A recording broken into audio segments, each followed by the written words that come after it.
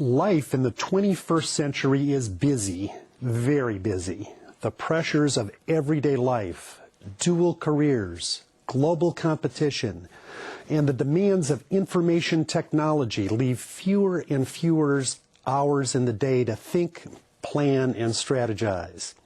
Information technology was supposed to make life simpler, but it has had the opposite effect. It has made life busier, quicker, more pressurized, and more demanding, leaving little time to reflect and plan. Many professionals in business, education, and government are buried under a blizzard of email, a tide of voicemail, constant text messages, and incessant faxes, memos, mail, and appointments. For many of us, trashing our email gives us more satisfaction than reading it. Today we are inundated with information, such that information has become more a form of pollution than a source of edification. So what are the solutions? Today we will discuss the importance of planning, setting goals, communication, thinking, and collaborating as means of succeeding in an increasingly complex world. Let's first talk about the important topic of goal setting. An abundance of research suggests that goals and plans are associated with numerous positive outcomes. Individuals who set goals are more likely to be successful than those that do not. Elderly people with interesting plans and future aspirations live longer than those without such plans. Businesses that plan, set goals, create benchmarks, and strategize are more likely to prosper than those that do not. A high percentage of business failures each year are the result of a poor business plan or no plan at all. But how is this done in organizations? Specific goals should be clearly established by key decision makers, with as much input from the entire organization as possible. Finding goals that can be embraced by the entire organization, or at least a large majority of organization members, is key. Goals can be ambitious, but must be attainable. A child will probably be disappointed if their only goal is to play Major League Baseball or sing in the Metropolitan Opera. Making the school baseball team or singing in a school musical is an attainable goal that could lead to bigger things in the future. Setting unrealistic goals causes disillusionment and frustration. Similarly, organization goals must be attainable. They can stretch the organization a bit, but they should not move the organization to the breaking point. Goals should be arranged hierarchically. Set modest goals first and bigger goals down the road.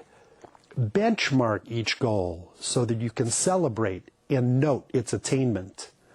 Goals must be consistent. For example, an organization should not plan on downsizing and increasing productivity simultaneously.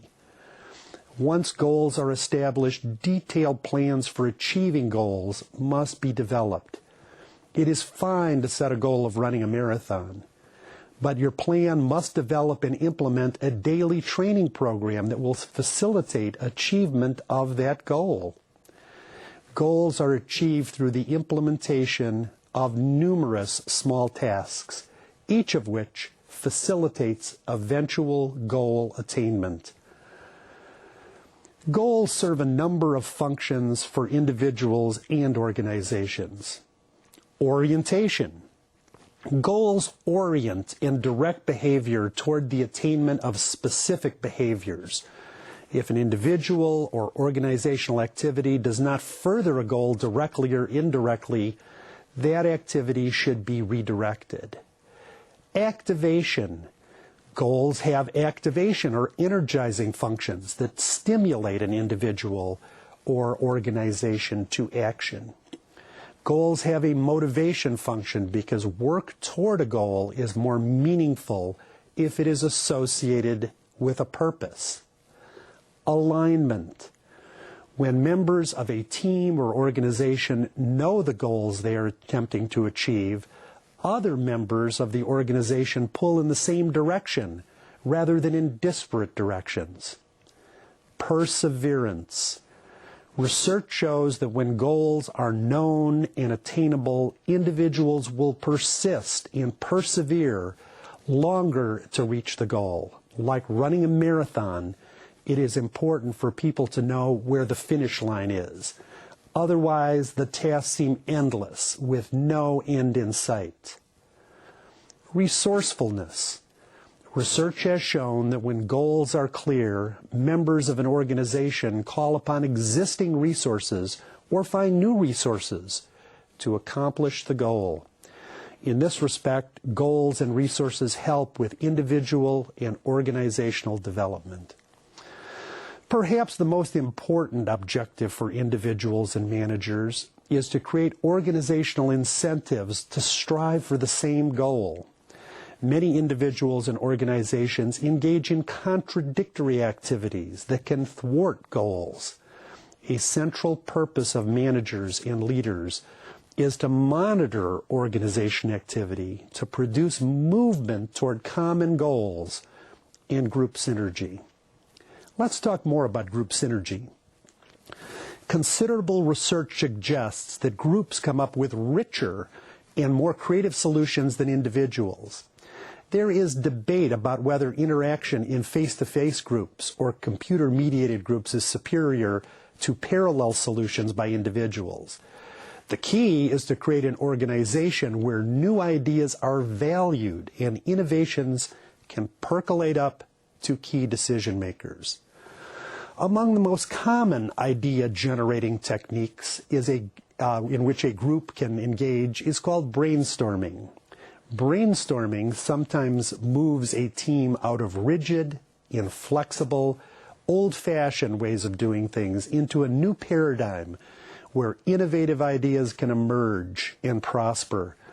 It is important that in the initial stages of brainstorming, all ideas be entertained, and objections and criticisms are minimized. The goal is to optimize new ideas and thinking outside the box, not raising objections about the impracticality and difficulty with these new ideas. Sometimes called lateral thinking, brainstorming optimizes and privileges new ideas and solutions, sometimes radical ideas, without considering their practicality, at least initially.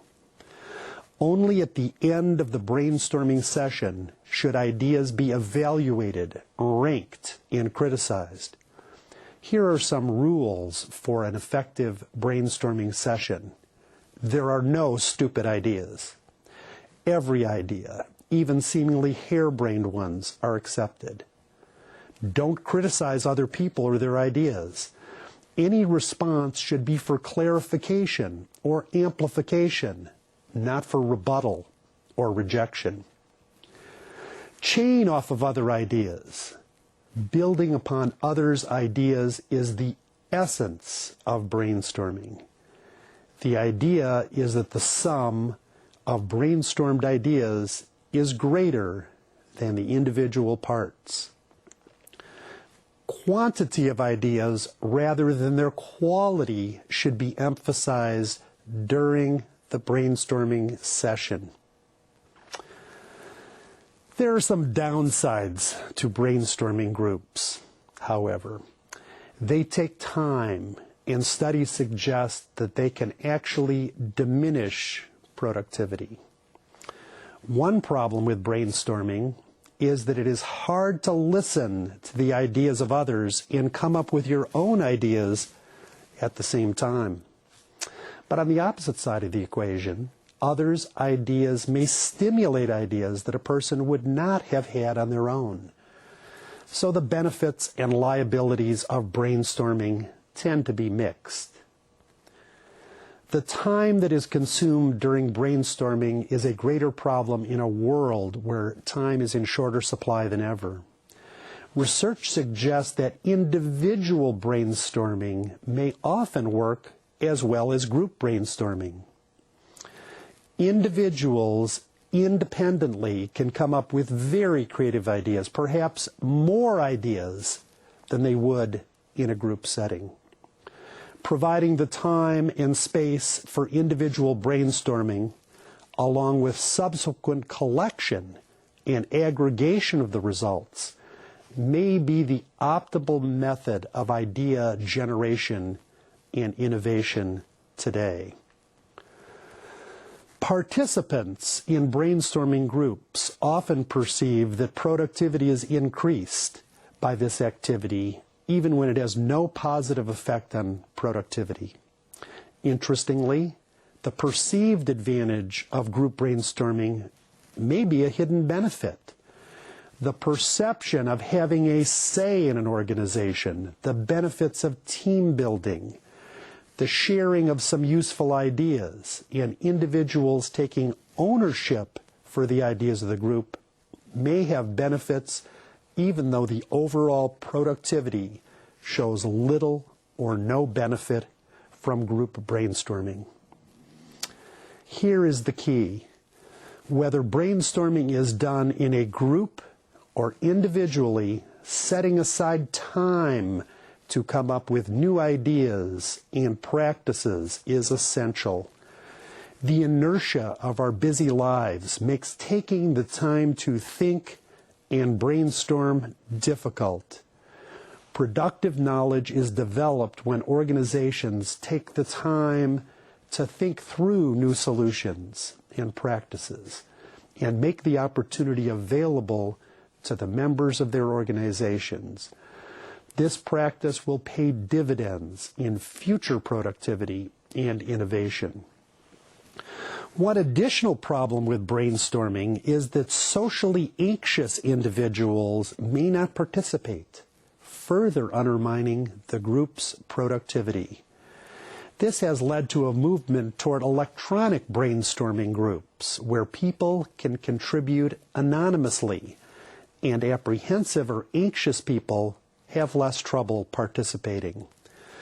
Over the last decade, this trend toward electronic brainstorming, where interactants contribute ideas, usually anonymously, from computer terminals either located in the same room or in remote locations, has become the vogue in many organizations. Unfortunately, research shows that while electronic brainstorming can produce new ideas like traditional brainstorming, its cost in both money and time does not seem to justify its use. Recent research does show, however, that the largest electronic groups appear to be the most effective. So, if you use electronic brainstorming groups, it appears that inviting a lot of participants is best. Whether visioning and thinking takes place individually or in groups, the important takeaway can be encapsulated in these principles. Create a time and space to think, plan, and develop goals. Provide the access to information technology, the internet, and libraries for your organization. And encourage lateral thinking and innovations. Breakthroughs rarely occur without thinking outside the box. Humans are conscious creatures, yet many of our activities become routine and unconscious. It is important that many actions become unconscious and routine. A good baseball player cannot think about how to field a ground ball. Speakers cannot be conscious of every word. Great pianists cannot think about where each individual finger is on each key. However, the tendency for behavior to become routine is also a trap. We get caught up in traditions, habits, and behaviors that are no longer functional. People should not continue to use carbon paper once they have copy machines. Some face-to-face meetings can be replaced by virtual ones. Also, sending memos on paper can be better accomplished via email. Humans are so habitual that it takes active thinking to reanalyze our behavior and create newer, more functional patterns. This actually may be the definition of learning for both individuals and institutions. The key is to reanalyze our activities periodically, and instead of just behaving in routine and habitual ways, to actually think. But what types of thinking are valuable? The answer lies in seemingly contradictory forms of thinking and their interaction. Let's review the concept of analytic cognition and the wisdom of logic. Normally, when we think about thinking, we think about logic, sometimes called analytic cognition. Western society's most valued way of thinking employs Aristotelian logic and syllogistic reasoning. It relies on the truth of the premises and the validity of logical operations in reaching a conclusion from these premises. The classical syllogism, all men are mortal, Aristotle is a man, therefore Aristotle is mortal, is a simple example of logical reasoning. It can be refuted by challenging the premises, which is difficult, because one would have to suggest that some men are immortal, or that Aristotle is some species other than a man. Finally, the logic of the connection between the premises can be challenged, though in this case it appears to be sound because conceptually the subset Aristotle lies within the larger set men. Logic and analytic cognition is the staple of most educational systems and is the most valued form of thinking in Western society. It privileges data, logic, and careful statistical analysis. Without a doubt, such analytic research is an essential foundation for any organization, including businesses, educational institutions, and government agencies. It is important that every member of your organization learn to use logical reasoning and analytic thinking. Too many people today are poorly educated in logical reasoning, research, statistics, data, and survey research. Students and organization members who say, "I don't understand math," or "logic confuses me," are admitting their lack of education or intelligence. Virtually every person is capable of thinking logically and analytically. Training programs should be provided to remediate skill training for people with these deficits, especially if they are key decision makers or group leaders. All organizations should be learning organizations that are constantly educating and upgrading the knowledge base of their employees or organization members. It is important to educate the people in your organization through satellite and web-based courses, continuing education, workshops, seminars, and by providing people time to upgrade their skills and knowledge. This is a growing challenge in developing nations and regions of the world, especially those organizations and communities without trained and competent coordinators of technologically mediated distant learning and network collaboration. The Internet is a valuable resource for updating information and for acquiring new global knowledge at low cost.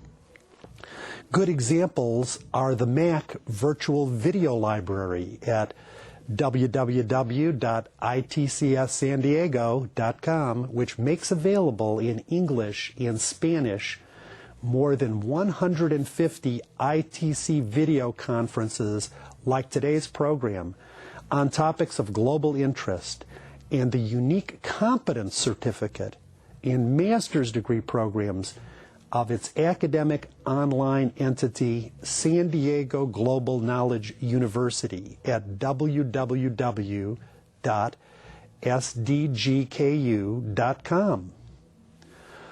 Often, logical thinking is highly productive and results in the creation of a business plan, a conceptual roadmap, understanding the end-to-end value chain, and establishment of core competencies.